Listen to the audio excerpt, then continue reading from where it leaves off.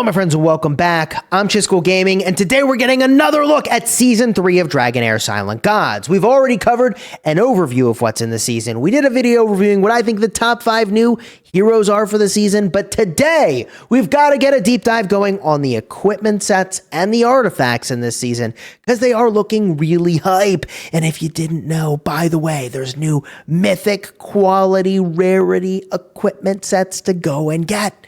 But if you haven't downloaded the game and you're looking at the graphics here and you're like, hey, yo, I'd like to check this out, just go, what is Dragonheir Silent Gods? This is an open world strategy game with role playing and tabletop vibes and mechanics that will make it feel like, I mean, look, I've always said that certain games will be better if they were a PC game instead of like a board game or a card game. And like, this is one of those things that like really is fun to build and collect a team. And not only that, but you can actually collect iconic Dungeons and Dragons characters. That's right, there is an official collaboration. We've already seen 2 heroes so far, Dritz Do'Urden and Elminster Almar, and I've covered them on this channel, and they are awesome, especially Elminster Almar, very cool. So I'm hoping we'll see more of these collaborations, maybe within the next 3 months or so. And if you haven't downloaded the game, you can use my sponsored link in the description for PC or Mac, whether you are going to download from Steam or the Epic Game Store. Alternatively, if you play on mobile, there's iOS and Android available as well. And a big thank you to the makers of Dragonheir Silent Gods for sponsoring today's video.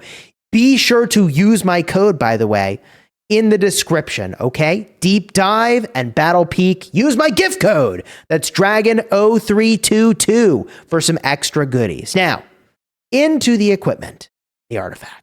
Every season, we get a refresh on this stuff, particularly the gear sets, to keep things new and to give an opportunity to come up with some different strategies and approaches to handle the bosses that you're going to go and fight and the challenges that you'll see throughout the season. Now, the new season introduced a massive gear upgrade. This is a huge change involving a mythic tier of gear. Let's go over the mythic equipment first.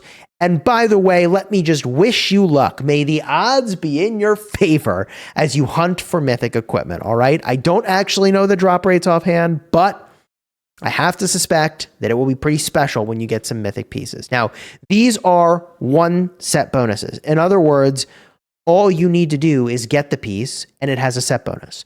This also solves the puzzle or the equation behind why we have 3-piece set bonuses. Up to this point in time, what you'd kind of do is you'd get the 3-piece bonus, and then you'd find a 4th piece from whatever set you'd like that had the right attributes, right? Well, now we have the missing piece of the puzzle. It's Mythic Gear, all right? There are 4 new Mythic tier gloves coming from the Grave of Venom. First is the Energy Harvester, which gives the wearer 15 attack for every 1 skill haste they have. Obviously, you want to be putting this on heroes that have lots of skill haste. The second is the Unwinding Flesh. Whenever any hero dies in Gladiator Arena, the wearer obtains 15% of their attack with an upper limit of 300% of the wearer's original attack. Gross. Obviously designed for Gladiator Arena. Third is Finality's Admonition, where the wearer receives a 35% increase in the ultimate energy buffs and damage bonuses, but has a 50% decrease in recharging speed. Now, lastly, you have Precise Carnage Gauntlets, which, like that name, hey, yo, we're ready to throw down. The wearer deals 35% increased damage to enemies with the defense penalty debuff, which is disgusting. That's disgusting. Just more damage to an enemy. Just kick them while they're down. They've got the defense penalty, and now you hit even harder. Now, there are also mythic level chest pieces. There is, by the way, these are obtained from the Grave of Curse. This includes the Supreme Blessing Armor. Whenever the wearer gains a buff, there's a 50% chance for it to be undispellable. There's also the Second Moonlight Mantle. There's a 50% chance for the wearer to receive 50% increased healing and shielding. In addition, there are 4 mythic level pieces. These are chess pieces, I believe, that come from the Grave of Rot. This includes the Absolute Deterrence, an aptly named piece that gives the wearer immunity to stun when being inflicted with it, but every second of stun will reduce your ultimate energy by 6 seconds. There's also the Tunnel King's Cloak. The wearer has an additional 50% chance to dispel 1 buff from the target when you inflict a debuff. And there's also the Massive Colossus. The wearer dispels 1 debuff from themselves when they cast their ultimate. And finally, the Wolfspine Gloves. 20% of the damage they deal, damage dealt by the wearer, will be converted into healing when their HP is below 50%. AoE damage only counts for 30%. So this is a very fresh change with the Mythic equipment. That was a big surprise to me. I wasn't expecting this, and I'm very hyped to grind for this new equipment. Like I said, may the odds be in your favor. Now, moving on to the new sets we have this season. We have the Rhapsodist's Calling set. This is the attack speed set. 3-piece bonus is now that your basic attacks ignore 20% of your target's defense. The Unclean Bloodline set. The name has changed, but the 3-piece bonus remains for the Enlightenment set, increasing derivative damage by 20%. The Aerial Battle Roar set. This is the old crit rate set. The 3-piece bonus is now that the wearer gains 4 additional attack for every 1 crit damage that you have, which is really insane. Like, I can't believe how broken that sounds. The debate of balancing attack versus crit damage is basically settled for this season. You want to stack as much crit damage as you possibly can, and this is the set that you want to go for.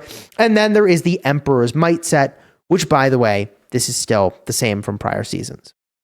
Now, in addition, we have Tundra's Tenacity.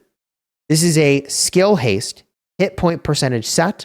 The 3-piece reduces the damage taken by the wearer by 25% when that damage is not a crit. So whenever you're taking damage that is not a crit, you take 25% less damage. That's huge. Also, Ancestral Protection set is the same. And then we need to talk about the Puppeteer's Inspiration. This is the final set that has in fact changed. The Accuracy Skill Haste set. Okay, this gives you, at the 3-piece, allies around the wearer gain a defense up equal to 15% of the wearer's defense. And when the allies' hit points drops below 50%, they receive a 20% heal. 20% of their max hit points as a heal. Really cool set. All right. Finally, Mona Lisa's Blessing remains the same. Now, we need to get a look at the new artifacts as well. All right. So we've got all these new set things play with, so many new toys, including the mythics. But then we need to talk about, again, the artifacts. We have 3 brand new exclusive artifacts for the 3 new exclusive heroes. As expected, they are basically insane. The first is the Rat Tamer for Rook, who, by the way, is freaking goated, looks so cool, increasing his damage bonus related to the corrosion on the target from 25% to up to 50%. Whenever he casts a skill, which effectively doubles his damage entirely, which is nuts. Ozul's exclusive gives him 35% crit rate resist, which I assume means that you just get crit on less, which could be really cool synergy with the Tundra's Tenacity set, making it so that you take less damage when you're hit with something that isn't a crit. So anyways, I'm just like seeing this synergy now. I'm like, hey, wait, that could be cool. So again, Ozul's exclusive giving him 35% crit rate resist and increases his basic attack damage from 10% to 25% when in demon form, which is really, really unique. The demon form, by the way, is freaking sweet. It's very fun to play with. Amon Lada's exclusive artifact increases the damage dealt when in Blaze from 25% to 50% when she casts a skill, which again is really huge for her damage output. And of course, there are many other new legendary artifacts as well to go and collect. First are the damage type artifacts, 1 of each for Shadow, Corrosion, and Aura. So for Corrosion, the Swamp Toadstool increases the effective corrosion inflicted by up to 35%. Ebony's Wing is the Aura related one. Whenever the wearer consumes aura energy, the damage of their skill is increased by up to 200% of the aura energy consumed. Next artifact, Shadow Spawn. Upon gaining shadow energy, the wearer gains an additional attack up for 10 seconds equal to 1,500% of the shadow energy gained. So if you're moving in on any of those new damage synergies with Shadow, Corrosion, and Aura, it feels like ideally you have the exclusive artifact and then also one of these artifacts to enhance that damage that you're going to be dealing. Now, on to the more generic legendary artifacts. There are several. The Dreamland Glove makes it so that the wearer gains recovery over time for 10 seconds if their hit points are below 35% when you're taking damage. They also take 20% less AoE damage, so feels like a pretty obvious synergy for tanky heroes. The Elite's Key at the start of the fight increases all allies' damage by 15 to 20%. By 15% for 20 seconds. So this to me feels strong in fights where you want a lot of burst, potentially in the Gladiator arena. The Golden Antler heals the wearer each time they successfully resist control and ultimate down. They can be triggered up to every 3 seconds. Could be powerful in a team that is making you immune or higher resist to control effects and to these debuffs. The Ghost Captain's Hook makes it so the wearer gains a 15% crit rate. When they're not at full hit points, they deal up to 15% extra damage. So just big freaking damage on this one. Up next is the Holy Acorn.